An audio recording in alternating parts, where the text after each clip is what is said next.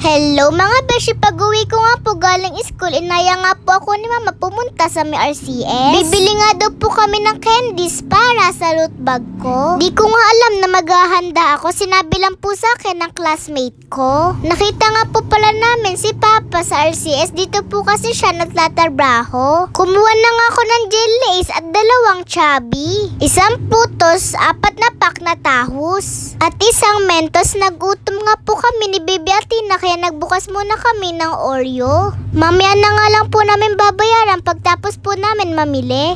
Kumuha nga din po ako ng 2 supot ng lollipop at 2 chocomalos. Ito nga kapatid ko, sanay magturo, nakakita nga ng Coco Crunch kaya tinuturo.